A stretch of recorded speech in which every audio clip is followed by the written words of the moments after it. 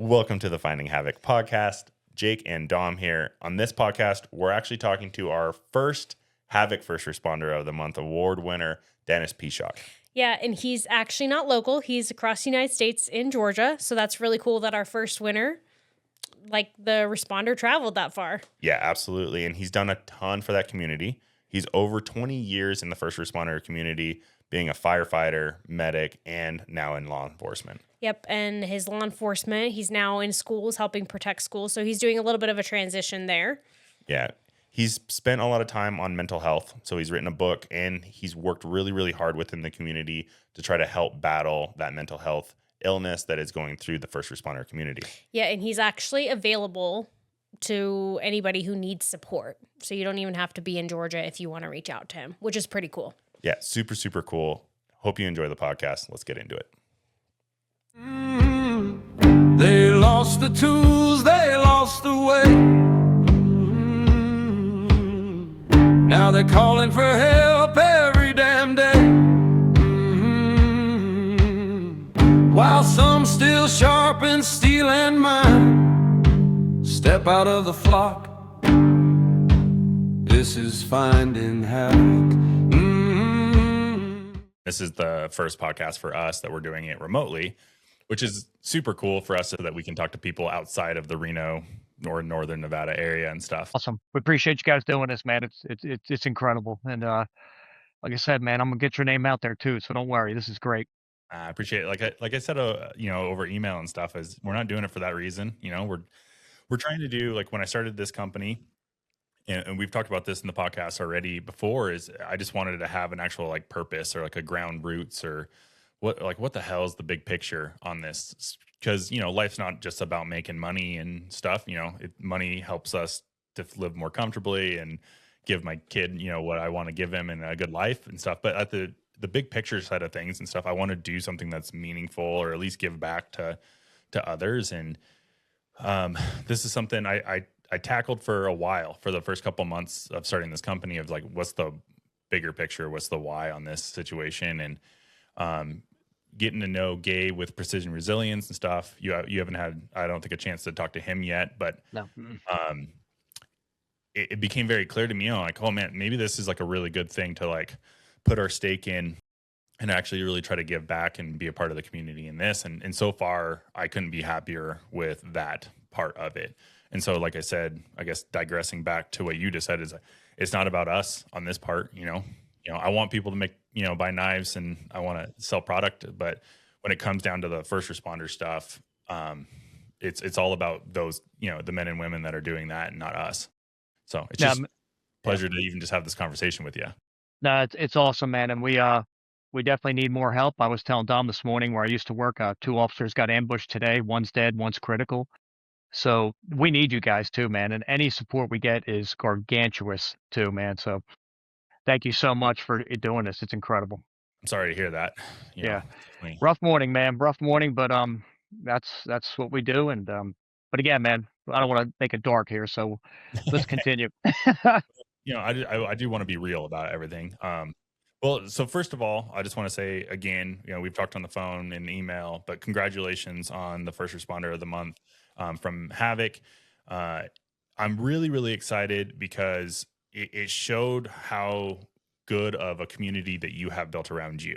And that was like the cool thing. Every single day I'd log in, and we have the votes hidden because we don't want to have this like ulterior motive thing pushing votes and stuff in the background. I want people to just organically go in and vote if they care about that individual. And every single day you just had this consistent number show up for you, log in, vote for you. By far the most consistent. And it kind of warmed my heart, I guess, to think about, like, okay, like this does have some legitimacy behind it because it's a new thing. It's the first month. How are people going to respond to it?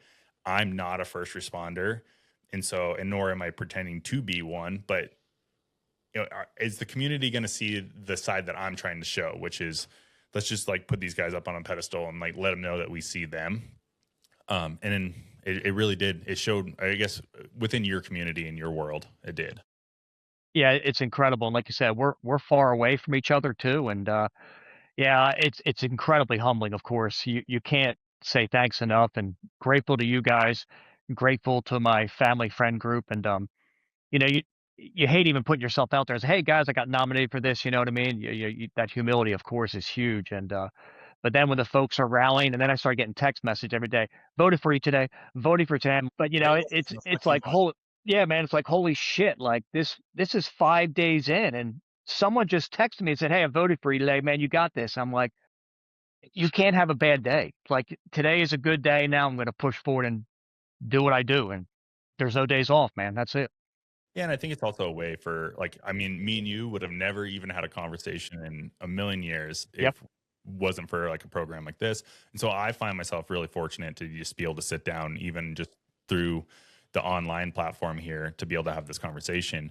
Yeah, and I think I think that's what it's all about. It's just like it's less about um probably less about the award, but more about you just seeing that there's people out there that were like thinking about your name today, right? Or thinking about what you do, and we're supportive of that in the background. So I'm really happy to hear that you were getting those text messages, because to me that's even probably more of a success than anything, and that's really what we're trying to do it for. Yeah, well, you guys definitely are doing it, and, like I said, I look forward to your next ones. I got some folks to recommend for you, so I'm excited, now it's my turn to help the next guys get there. Guys and girls make it too. That's awesome. Yeah. So like, so donation Yep, or nominations and stuff yep, are always open. So you can nominate anybody at any time. What we do is on the 15th of every month, we pull our top five, and then it's that week of voting. So on the 21st, we announce that winner. And, that first month actually went smoother than it probably should have, with it being our first month. And it's, some things are still manual for us to work on the background. Some things are automatic. And so it's big shout out to our website designer, Leah. She's amazing. She put that whole thing together in like literally 3 weeks, and knocked it out of the park. So worked perfect first time. But I agree. the yeah, so I do want to talk about your career though, because I think I don't, is it pretty rare for a firefighter to transition into a police officer, a law enforcement? Yeah, I take harassment every day, daily. So usually it's vice versa. Most cops burn out so quickly they get into fire. But Okay. yeah, my path is different. Where do you want to know? Where do you want to start there? Yeah, so how many years were you a firefighter? And that's because that's where you is that where you started, was in firefighting? Yep, started in firefighting. Basically, my life was blue collar work, and I was like, you ever see that movie Office Space? That was kind of my life at the end. I was like, yeah, I'm gonna to lose it. So I got into firefighting. 18 years, got pretty high up the ranks and all, but started transitioning to arson and then police, but mandatory overtime. So at the end, it was 48 hours on, 24 hours off. So you Okay. had no life, zero, and Yeah. very, very busy area. And therefore, I started transition to PD, switched over to PD, and I've been on police work for 7 years now. And they just transitioned me from the road to SLO, which is school officer. So long Yeah. career, man. Hmm. Yeah, very long career, and again, thank you for all of that. So when you got into the fire stuff, was it more for was it like a thrill thing? Was it just because you thought every single day would be different? Like, what was the thing that kind of drove you in that direction from the office space point of view, right? Yeah, Because definitely. Yeah, you have I'm a an lot of adrenaline. options in that moment, right? You could go the options are endless. What Yep. was the thing that like you're like firefighting? Adrenaline junkie, like probably like y'all outdoormen. I mean, that's what we do. We love it. And as soon as I mean, day one, when we started doing the heavy PT and all that, the physical training, I was like, yeah, this is absolutely what I want. And just started doing recruit school. You start of course it was 20 years ago, so it was very difficult, very physical, and I'm a physical kind of dude, so I loved it, man. And I think from your first call, you start seeing the influence you have on people's lives, and it's unexplainable. There's always going to be that gap. It's kind of like military. There's always that gap, and we're always trying to bridge the gap. But that when you heal somebody or just any kind of special moment, man, where you touch somebody, it's unexplainable. I mean, that's I can't really put it into words. There's just been some unbelievable calls I've had, and when you get touched like that, man, you know that this is your why. Like we talked about, this is your purpose. Yeah. So growing up, I grew up in a very rural area. I think, well, my brother and I were the only two kids pretty much in the town that we grew up in, and then 15 minutes down the road, there was a handful more. And like our school bus ride was like 45 minutes. And my mom's an RN by education and trade, but out there, there's so few people that she was part of like a first responder group. With if there was an accident, there was back then there was literally beepers, pagers and Right. stuff. Yep. They'd get the page, and there was times that we were like in the car with her. We're driving somewhere and she gets a page and we got to haul ass over and there was a car accident or something. And so ironically, like growing up, I've been on a handful of like on the scenes car accidents, first responder cases where I've seen my mom like running in, and literally I've seen her save several people's lives. And I remember one, there was a guy that had overdosed on the side of the road, and she was doing cycles of CPR on the guy for a long time, watching him. And I don't know, it was one of those, I maybe was a little too young to watch this guy, and he ended up, I remember it like it was yesterday, didn't make it through. But they worked on his ass like so hard for so long, right? And she's sweating, and she was sore the next day because it's really physically taxing. And so I grew up in that mindset of running towards the trouble, or trying to be there for others. And I watched my mom, like I said, save people's lives, and and I've seen the toll that it's taken both sides, right? Like I've seen her, be very, very upset on the backside when they didn't make it, and I've also seen her not necessarily right out. Like it's weird because she saves a life, but there's no high there, right? She's like happy that it all went down, but she's still like upset about the whole entire situation. And so I think about that a lot, when I start having these conversations with you guys. Gabe and I talked about it.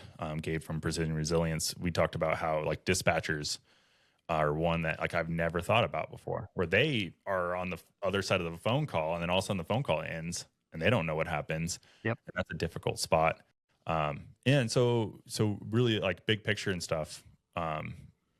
It's really interesting to have that life in your hands situation that you get every single day. And I could see the highs and lows from that. Yeah, and you nailed it there too. Like you saw your mother doing that, and that's where it all starts. Like we talk about, it's either your parents, your grandparents, and it gets you get that servitude inside your soul, and you're like, okay, I'm going to do that too. Where other people are want to videotape or they run, we're like, hell no, we're going this way. We're going right where where the action is, man. And I can see exactly what you're saying with your mom because I've done CPR thousands of times, and it's exhausting, man, and there's no one, and you're talking about a rural area, no one's gonna relieve you. You're the only person here. You are the trained nurse, so everyone, of course, is looking up to you, and, it's a lot of pressure in the beginning. It really is a lot of stress, and, of course, there's performance anxiety right there. Everyone's watching me, so and then, of course, a lot of times, just like you said, we don't know in fireside if they made it or not. That's a horrible thing. Like I might do CPR on you, we get you to the hospital, nurses take over, boom, we got another call, got to go jump on the engine, jump on it, and then you're going on another call, and that's the trauma side where you never got to process that fatality or something, and that's a whole other conversation there.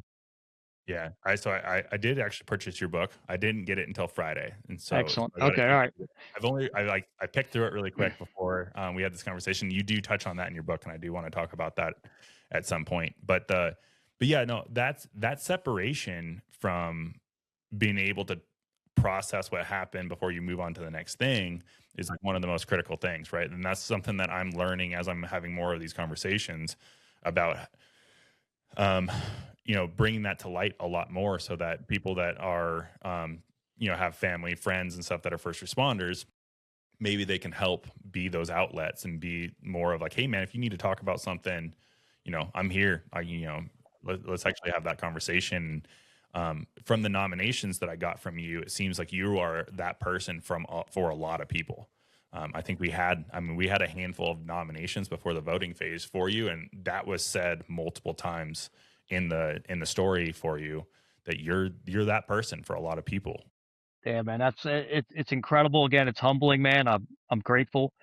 You'll see in my book, my career it's horrific, dude. That's the bottom line, and Mhm. that's why I call it demons and angels. You got to go to hell before you go to heaven. And man, I was in hell for over 2 decades, and it was rough, man. But now, had to fix myself, man, fix my shit, and you go whether it's a therapist, family member, whatever, man. And then once you get strong enough, then you can help other people. You can't before then. Like people who try to help, man, people know in this line of work like real quick if you're real or not. Had a couple calls today already, helping folks out, man, just process stuff. That's what it's about, man. That is what it's about now. That is 100% my why in life now. I'm tired of the suicides. To me, I gotta save more lives and do more for that aspect of the career. Yeah, and that's where like a lot of so Gabe and his brother who owns Troop Coffee, they're very aligned on that same mission. So Awesome. I'm really excited to be trying to bring HAViK into that place. Good. See what we can do to help. The Yeah, so one thing that you oh yeah, so I was actually going to just tell you a quick story. Sure. So my mom kept me away from a lot of those situations for the most part. There were some of them we couldn't like she couldn't really keep us away because she had to like go so quickly. Right. But there was a handful where we grew up out there in the sticks where there's a lot of cattle, a lot of farming and stuff. And um, I don't know how old I would have been. I was in the single digits, I would imagine. But we used to ride our bikes down this like long paved road that kind of went out to a dumps area, and there's always cattle on the side of the road. And we were out there one day. My mom was walking. My brother and I were riding bikes, and there was a cow that was trying to have a calf, and it was stuck. And so my mom, she's running out in the field, and she grew up on a ranch, and that was the style we grew up with. And she's like, I'm working with her to like pull this calf out and stuff, but my hands are smaller, so I'm like reaching in trying to get this calf out, and we did, like, we saved the calf, saved the cow. And so it's a different situation, right? Because I think a person versus an animal are different for people to process. But That's pretty traumatic, man. That's for a damn in your single digits. That's a heavy story. yeah, no, it's like but I was so used to it at that point. I've seen my mom do it a million times that it was like it clicked where I was like that would be. And I honestly, it's always hard to know where you'd go if you didn't have a certain aspect. So like my background's mechanical engineering, but I grew up racing cars. And so I grew up, my dad's very, very, very good mechanic and designer and builder. And so it was like my other grandparents. So I was always around people that built stuff, and that was from a very early age. The direction that I took my career in life was, oh, I'm going to go become a mechanical engineer so I can do this stuff full time. But on the other side of things, I've always been that person to, like, I don't say no to people. I'm always there trying to like help, and it's a curse and a blessing. And I always kind of wonder if that would have been a direction that I would have gone if I didn't have that same I guess end goal of trying to be mechanical, just because I watched my mom do it, and I did, like, every single time. It's like it's just embedded in my head. I can picture it very vividly. Probably That a lot of times. Yeah, it's funny you say that because my father was the opposite. I don't know if I answered when I said the questionnaire and whatever, but anyway, he was incredibly intimidating man, Marine combat veteran, and when I was growing up, I was like, I'm gonna join the Marines, and he was like, "You're effing not." He lost his shit, like freaked out on me. You will never join the military. It's the worst thing ever. You're going to college. It's kind of that college was going to save you back then. Because I'm old, remember too. So if you had an education, you were going to be saved. But no, he scared the shit out of most of us, and like you were not going to go into the military. And it took me to move away and stuff to finally say, okay, I'm going to get into servitude now. But no, I was not going to join it because of fear of him for sure. Huh. So Yeah, that's different. interesting. It's Hmm. an interesting perspective. What's funny is I think it's the opposite nowadays. I Yeah, almost feel I like yeah, that's a better path than college. I agree. And I mean, Hmm. I'm college educated. My wife's actually a professor out of the university, but I still think that a lot of like grassroots skills and just understanding how the world works doesn't come from that world anymore. You have to get Correct. it from the real world, Yep. and you almost get this echo chamber of misinformation when you go there, because you think that the world's all hunky dory, and you spend those early years of your adulthood not paying attention to what the real stuff is, right? You're just getting this like influx of information, but not necessarily what's real and happening every single day. Whereas, like, I got friends that were are veterans and did serve in the military, and I have a really really good friend that I grew up with that is currently in the army, and I those guys definitely know how the world works. Yep, They know how absolutely. to they know the yin and the yang and like what's good and what's bad and morality and all that kind of stuff. And I definitely lean on them more for when shit hits the fan, like they have a better sense of direction on like what's real and what's not. Yeah, man, go get a trade. I totally agree. It's a skill set that's gonna pay you more too, for sure. And, it's funny, and police and fire, one of the sayings is go to the ghetto to get your real training, and that's what it takes. When you go to the dark sides of the places, the bad areas, man, that's experience that no book can ever teach, and that's where you're gonna get your good cops, your good firefighters right there. And that's just hard living, man, and that's how it works. I agree with you 100%. I think that's actually another good point, though, is that like talking to police officers that I know that are friends within just the Reno area, if you drive around, you feel like Reno is relatively a nice community, a nice, safe community. You don't hear about a lot of stuff. And those guys are like, man, there's some bad stuff happening in Reno. And that's that real world versus like this pretend fake world that we kind of live in. Is that it actually brings me even to a bigger point, which is like the reason why the whole city is not a shit show is because of those guys that are doing that every single day. We don't have to bear that burden because they are bearing that burden, and that separation all too many people are taking for granted on a daily basis. Absolutely. Most places have a bad area that they just and they don't wanna know, and that, of course, bothers many of us, like, "No, you need to know about this side too." Like, and, yeah, man, you're totally correct, and, they talk about the thin blue line and all that, man, it is and it's the same thing with the military, it is keeping that evil at bay, but people need to recognize it instead of just ignoring it and say, "Well, I'm good, these guys got this covered, man." 'Cause every day's rough, man. Every day you just do not know. Yeah. Yeah. It's yeah, even in good areas of the town. Like you think that you're in a good spot and you just don't know what's actually happening behind closed doors there. And it's just it opens your eyes.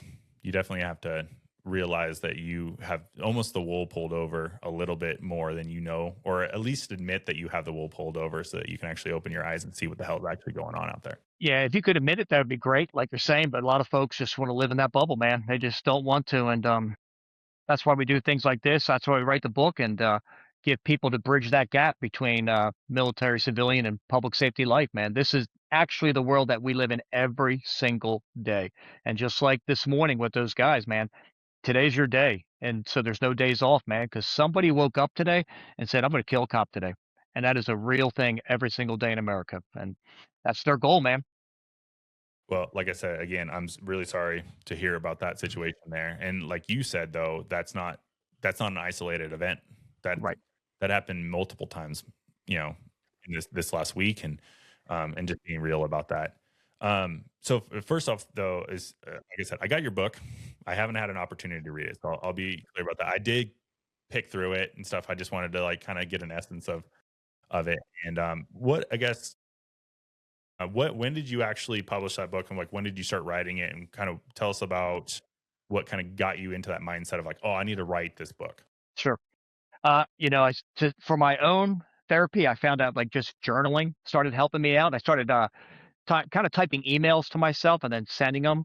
And then, trauma's funny. We talk about it in this realm. Trauma blocks shit out, but it also, makes you think you weren't there or it didn't even happen. So, start checking with friends like, "Hey, man, was I on this call? Did this happen?" They're like, "Yeah, man, yeah." And they start going into it, and then they say, "Remember this call? Remember this call?" I'm like, "No."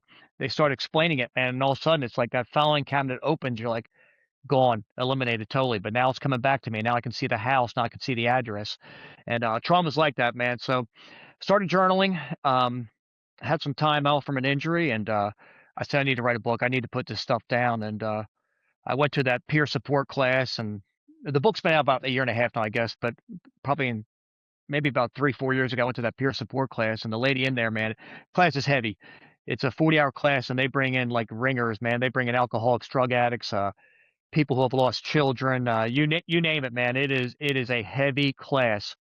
And she said, like on day two, she said, "Some of you in here, we're gonna tap into your filing cabinet." I'm like, this chick's whacked. She don't know what the hell she's talking about, right? And then that night, man, it was like, here it comes. And I was like, I didn't sleep. And I went the next day. I'm like, what just happened, man? And that started processing everything. I started writing the book, man, and it was hard. Some of those calls are really hard, man, and just put it down and self-published. Took a long time through Amazon, and here it is, man. And you put it out there, and you're scared because this is your story, man. You're naked, and Yeah. you're like, what's everyone going to think of me? Am I going to get fired from my jobs? You know, blah blah blah. I had already left that place where most of the crap happened, but you start getting a message. You get a text message. You get an email from someone from anywhere. I get them from anywhere in the United States, and they're like, "I just want to say thank you for writing this. I had so many similar situations, man, and those are the ones I save, and that's the legacy. And to me, that's what it's all about now. So, I know I did well. It's helping others, and that's why I did it. That's awesome. Yeah, I'm really excited to read it, and even just from a perspective of just being outside of that world and seeing like the insides of kind of what you were having to process. I'm excited about. I was actually reading an article the other day talking about the difference of how many traumatic events an average person sees in their lifetime versus a person that's in law enforcement or firefighting or EMT or medics. And it's like the difference of like 1, 2 to maybe 5 in a lifetime versus like hundreds. And then in larger cities, like I think that are you close to Atlanta? Yeah, real close. Yep. Like I was reading like larger cities like Atlanta, they could Yep. see 4 to 500 traumatic events within their Easily. career. It's And easily, man. It's yep, exactly. And I did all three. So I'm still a medic today. So I've done firefighter, medic, and police. So yeah, man. Multiplied all together, and there you go. It's a disaster, but it's worked out. that puts it in perspective when we start talking about the mental health issues that these first responders have, right? Because as you're talking about, like you're compartmentalizing it and you're putting it in a filing cabinet, which is a great analogy, and that stuff is festering. It's working into you deeper than you know it, and then and then all of a sudden it hits you, and you don't have you know one way to Sunday on getting out of that situation, right? So 100%. And I'm older again. This is how we were trained. That's what we tell everybody. We had Korean and Vietnam vets, some World War II guys passing on, but these are the guys who taught you. You will compartmentalize. This is what you signed up for. You're a professional. Well, that's all said and done, except when these guys are gone and they've ended their lives. They're dead in their late 60s. Like this is, and then you start seeing people who you really looked up to in my world, who I saw take their lives too. And you lose a lot of friends in a couple years, and you're like, this mentality is horrible. It doesn't work, and it takes you to fix yourself. It takes a look in the mirror and saying, okay, I'm next. There's no question I'm next, because this guy was stronger than me. That's how I look at it, right? This guy was training me. He was better than me, and he took his life. So I'm next. And, we're all everyone, no one's untouchable.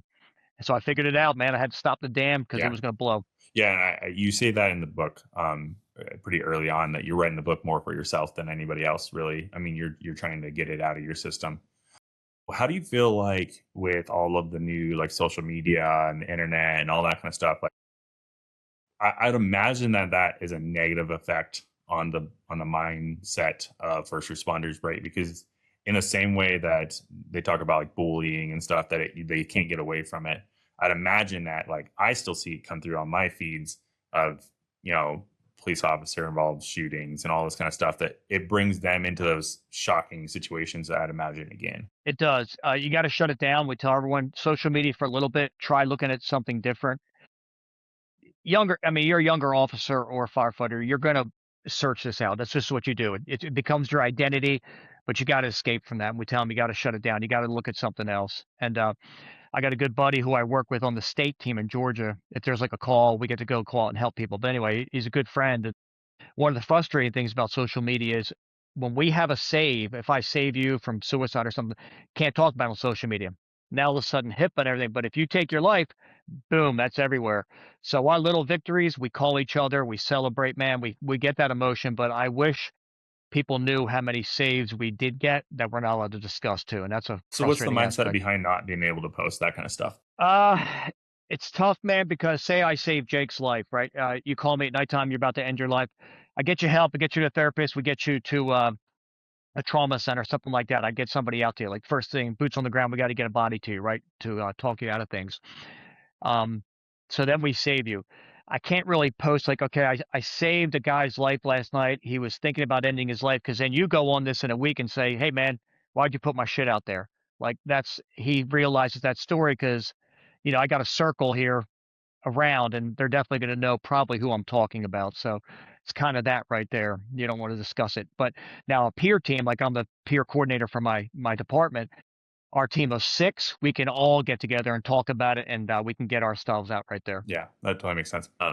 Yeah, so yeah, we're talking about not being able to kind of have that conversation about you doing a pro thing. So social media, it could be used to show that as well, though, in my mind, because if you have that situation in which you show that somebody was having issues, that you were able to help them get help, to me it would bring to light the other side or the other option that you have when you're battling mental health, which is that you have a why in the road, right? You can keep it within yourself, try to fight it, and then you have that ultimate choice. But then you also have this left that you can take, where you can go have this conversation with people like you that have been there, understand it, and can maybe help you process it yourself.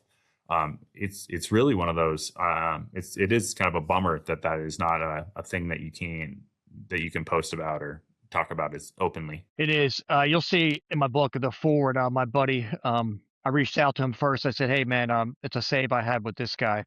And we changed his name and all that. And I said, "Hey, can I write your story?" And you'll see right from the beginning, he wrote this, and I interviewed him, and it's a heavy story, man. He shouldn't be around with us today. And those are the calls. That's what it's all about.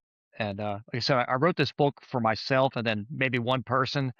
Now it's touched That's a great. lot, and it's just incredible, man. It is. Oh, that's It awesome. is. But again, yeah, you got to ask permission. And those guys, man, it's tough. Some of those guys, like when you're, "Hey, can I write about this?" And people are like, "Absolutely not." "Can I tell people about this?" "No way." I'm like, "Okay." And that's 100% respect for Sure. them. Yep. Yeah, and that makes sense. I mean, people think different ways on like what that actually means to them, right? And so it is, it's nice for you to respect that as well. So you had that transition to, I think actually I read enough in your book, you were kind of talking about, I think just you were walking on the streets, right, as a law enforcement officer. Now you've transitioned into this other role. I guess kind of take me through what that transition looks like, and what are you kind of doing now, because it sounds like it's a little bit of a different day to day. It is, man. It's just like on Halloween. So I've been on patrol for 6.5 years. Patrol is patrol, man. It's crazy. It's wide ass open every day. You have a situational awareness that is just popping 24/7. Any car pulls up on you, you're ready to get shot. But it's just normal for us. That's patrol, and anyone on patrol already knows this, man. That's it. Just like I said this morning. But so I was doing pretty well, man. And school opening, we never had any. They had a second actually position opened up, and I was like, "Hell, man, I might as well put in for this thing." And I put in. I got assigned to 3 different schools. One is like special needs too, which has just been mind blowing. They teach you more than you could ever. It's incredibly humbling and patient, and these kids are just they're just so special, man. So it's been a nice full circle of life for me, and now this role now gives me time to focus on peer more as well too, which That's is awesome. phenomenal. That's really, really good to hear. Yeah, Yeah. you mentioned that through some emails and stuff. We'd had that conversation the other day. Really, really excited for that new transition in your career. I always think that it's also really, it's mentally, I think it helps mentally to have those pivots to get out of certain situations and stuff. Not even if bad ones. Sometimes even if everything's great and happy, to change it up and mix it up is healthy, I think, for the mindset. Being kind of stuck in that same groove every single day, I think you get that atrophy within your brain, whether it is good or bad. If you get complacent, then you lose that ability to grow as an individual. And it sounds like you have these like new things that you can leverage on that to grow yourself as well. Um, yeah, I guess so. So with that position though, what are you doing on a day to day? Because I'm not necessarily familiar with that. Yeah, so it's you go early, you get the kids whenever they want to get off the bus, or you're clearly there for a presence, and if something goes down, you eliminate the threat. It's Okay. very simple. Like there's no, yeah, if there's a bad person, he had a bad day today because I'm You're going to there end just his time primarily on for this the planet. safety of the students and to keep Absolutely, everything. man. Okay. Yeah, I wasn't sure if you were Yep. working more. So this has nothing to do with like truancy stuff. It's more of just protecting and watching this. So there's like 3 schools that you have underneath your own umbrella. Yep, absolutely. And I have younger kids too, which is just phenomenal, man. There's no bad days. These kids come in, they want to high five and hug you. It's Yeah, awesome, that's man. great. And that's the nice side. Yeah, it's That's awesome. awesome. That's really great. And so when you said that you have this opportunity now to work with others and have those conversations and stuff, how are you going about that? Like, how can people reach out to you um, on that day to day? I'm assuming you're working within the community. Oh yeah, big time. Yeah. So I do a little bit of community outreach too on the side, but yeah, so I'm on a 40-hour work week for the first time in 25 years. So it's like bonkers to me. Like 25 years I've been on shift work, man, but I'm on Monday through Friday now. And I started I really got our peer team. I've taken off here. I'm a peer coordinator with my deputy chief, and we started a whole new team. They're all getting trained at the end of this month. You got to go to a special class in Georgia for a week, so they're all going to be certified after this. So it's going to be awesome.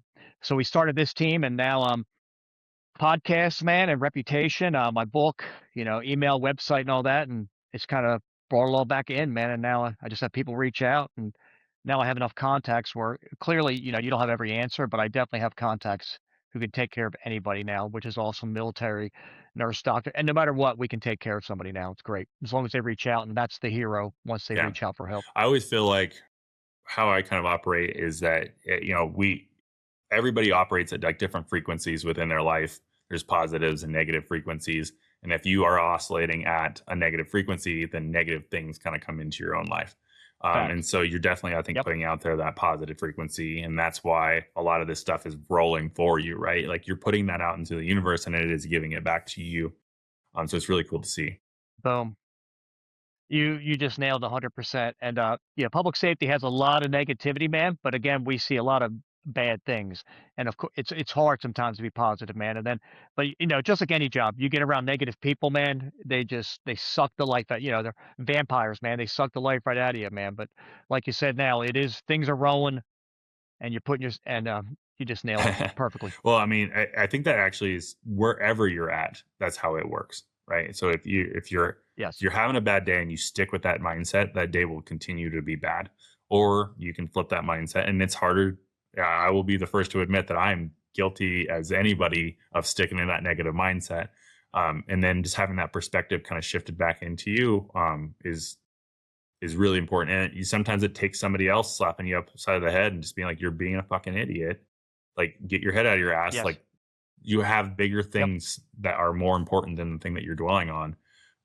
And that's great for you to have that. And then you having those contacts allows that network to spread that positivity and not just be stuck within, one little area. Absolutely. And your circle is everything. Who you hang out with and who you surround it's everything, man. And every single one of these people, I'd take a bullet for, and they'd be vice versa. And it's an incredible thing when you can have this very deep conversation like my buddy from the state and stuff. And you can't have this conversations with even maybe your spouse to this level because it's just too heavy. We can have and it's an incredible thing, man. It's very positive and it helps us get it off our chest too. And it's very healing, man. Yeah. It is. Well, so speaking of getting things off your chest, for me, like I hunt and fish a lot. I work on cars and stuff. What is the thing that you do to unwind? What's that hobby that you have? Exercise, man. I'm a PT fanatic. I love it. On my days off, usually I PT every night, no matter what. I get in some kind of quick hit session or something, man, and it has to be PT. That helps clean my system out per se, clean the trauma out. Read, huge reader, man. I'm reading 2 books at a time right now. I love reading, man. I do it constantly. Of course, family, but my kids are getting older, which stinks. They're out of the house now, Yeah. which we don't like empty nesting very Yeah. well. But meditation, man, big on meditation, breath work, Wim Hof, kind of like the ice bath thing. Again, it just resets the whole nervous system. Those are some of the basic Yeah, things right no, I there. mean, I love it. I mean, definitely for me on the PT stuff, I totally understand. The one thing I can't do though is run. If I run, my brain gets to spool and then I think about things too much. And running does not clear my head; it only Really brings things up. But yeah, lifting and stuff, and doing more of a hit type workout. good. Yeah, Yep. Yeah, I don't really run. I do more sprints. I'll do like 30-yard sprints, 15 push-ups, yeah, 30-yard sprints, and there's no time to think because I can't even exactly. breathe. So Yeah, that's yeah, why I yeah. like it. Um, Yeah, what kind of hmm training do you do from like a physical aspect? Do you do any like martial arts, jujitsu, any of that? I did, man. Martial artist my whole life, basically till recently. Body's getting beat down. Started in karate back in the day. Did aikido, got my black belt and all that. Moved to judo, BJJ, combatives, defensive tactics. I'm a TT instructor. Yeah, man, it's just really part of my life, and now I kind of just do my own thing. I have a garage gym, so I don't have to go anywhere. It's great. So kind of combine it all in there and do my own thing on heavy bags and dummies and stuff like that. And Totally. yeah, man, definitely martial artist my whole Yeah, I life. Yep, found I just recently started training jujitsu in this last year. nice, But I find that that's nice. been a good replacement for me because you can't think about other things because if you stop being in that moment, you're gonna get choked. And so you have that Fact. like you have to be Yep, in that moment. You have to be aware of that situation, and that's the only thing you can think of. And it's really, and it's one of the best workouts I've ever done. It's just big time. Yeah, incredible. yep. You talk about grip strength, man. That's what it's all about right there. You find out your core and grip strength real quick, man, where you're at. And it's yeah, it's a humbler, man. It is. And there's always some mongoloid mammoth dude in there who just nothing works anyway. He's just he's lucky. He's 240 all muscle, so And whatever. so there's also the guys that are like half your weight that just you can't do anything with either. Yes. And it's so humbling. Yeah. Like it's great to be humbled. It I is. think that's one of like the greatest skills ever is just to be humbled, to understand that there is somebody else better than you that, Always. Always. Yep. Yeah, man, there's always someone, no matter how hard you train, no matter what you do, there's someone out there who's better than you, man. But that's why we shoot guns too. That's a good thing too. That's a nice it is. that's a great equalizer. Yeah. And that's also another thing, right? Is that in that moment you have to be clued in. You're not messing around. It's not a game, right? You're doing it something with purpose, which is always really important. Yes, absolutely, man. I totally agree. So if you were to have one thing, like one line of advice to somebody that's within that first responder field, whether it's regarding mental health or just day to day or like mindset stuff, what would that be for them if they're listening to this podcast? And like, how can they use that to kind of grow or use that to like as like a foundation on their day to day? Sorry, that's a heavy question, bro. Yeah, it's a heavy question, man. I'm trying to put it into perspective in years. It's hard to tell somebody it has to become your identity to get good at the job. But the job is also not your identity. Your family is. At the end of the day, when this is all said and done, man, the family is going to be the one who's going to get you through the worst of times. That's it, because nobody else is laying in bed with you at night at 3 o'clock in the morning when the nightmares come. Your job's not there, and you're going to have a retirement date. That's the bottom line. When you hit your whatever retirement magic date is, what are you going to do? And that's where we see a lot of massive problems because now I don't have this identity. The job has to move on, of course, and it's such a man, it's a tough question, man. I would just say you got to find balance somehow. You have to. Of course, we want to help you get there. Military, of course, has that transition once they get out. Special forces, you see a lot of Hmm. suicide, right? Because I lost my identity, and that's the same thing for us, man. Definitely in police work, it's over. So now what? We got to keep you involved somehow, and this is how we're going to do it. And we're actually going to break it down with steps and keep in touch with the people and just be buddy checks, man. Buddy checks are huge. Just a text message. How you doing today, man? Just check in, make sure they know they're not isolated Yeah. and alone. I think that's a good answer, even if you're not a first responder.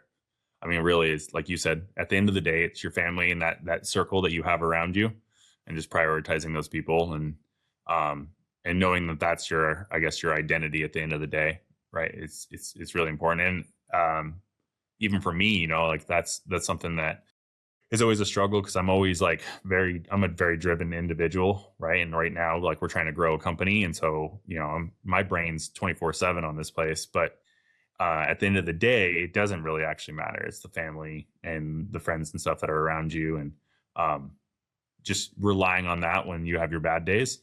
It's important. So I think that's a great answer, and something that people should definitely listen to. So what's kind of next for Dennis? What's kind of on the horizon for you? What's some goals that you have? Yeah, in these schools, sometimes I get to teach too. I get to help the teachers out. Some old history, I get to teach some World War II. I had a grandfather in the the Battle of Lady Gulf, Battle of Okinawa, some huge battles in World War II. So I'm bringing his side. You know, he's of course gone now, but continuing his legacy and continuing that patriotic World War II, making sure these kids know this side of it. Um, he was a gunner. One of his first battle was the Battle of Lady, and he was hit by a kamikaze, like right in the beginning. So I mean, how's that for Yeah. an awakening? And then same thing, I get to do that. So that is my goal. Definitely help out with these schools and just keep educating people. Definitely building this peer team and then spreading it out to more of North Georgia and wherever else it takes us to South Georgia too as well, man. And again, I'm tired of the suicides. I'm tired of friends killing themselves, and definitely save more lives as much as I can. To me, it's like a time clock, man. You're always racing. Okay, we gotta go. And once it's all over, I want to be able to transition it to say, Jake, okay, I set this whole program up. It's yours. I know it's in better Yeah. hands now, and I did Yeah. my job. I like that. I like that a lot. And I think that you're well on the way for it, man. Just let me know how, we can do anything to help with that, hear from HAViK and stuff, and just kind of spread the word on that. So, Man, I love it, dude. I love it. Like I said, I'm gonna spread the word with you all over too. So I gotta think about who I'm gonna nominate next for you yeah. too. So I got a lot of Yeah. good Yeah. folks. Please nominate others and stuff. I want as many people to be given the opportunity to go up for that award. Um, we're looking to just do bigger and better things with it as we grow that program too. So, really excited about it. I'm actually really excited about it going to Georgia. Like I think that's really cool to show that support. So I don't know how in Exactly. the heck one of your contacts saw it, but I'm really grateful that it went that way. So It is, man. States don't matter. I do these. We have a first responder conference that goes all over the place, and they came to Georgia, and some of the vendors were from like Denver, all these different states, and I was like, this is crazy. And again, made these connections now that never ever would have happened. So just show up, people. You never know what you're going to meet, and now we have these bonds, and now you have something else where, okay, something goes wrong here. I can actually send this person to Denver, Colorado now for help, and I never would have had that connection. So yeah, man, you're on my radar, man. You're part of my I contact appreciate list that. now. Yeah, I'm glad to be on that list, and let me know how we can do anything to support it even further. So how do people? There's a handful of things. How do people get a hold of you? And like on the big picture of things, and then where can you grab your book? So two questions there. Yeah, man. Yeah, absolutely. So the book is Demons and Angels. It's on Amazon only. That's it. Again, self-published it through them. I'm on LinkedIn, Dennis Pishock, and on the book again, you can see my email there. Website is what is my website? Pishockbooks.com, and everything's on there. All my pictures, all my contact lists as well. But yeah, man, just email me. I think my phone number is even on one, and I'm always responsive, man. I'm always thinking, okay, I get so many reach outs, man, that I always make sure I That's respond awesome. to, just in case. Well, Dennis, again, congratulations on the HAViK First Responder of the Month award for January. And I really appreciate everything that you do for the community. I just want to make sure that you know that you have HAViK behind you, and anything that you're doing.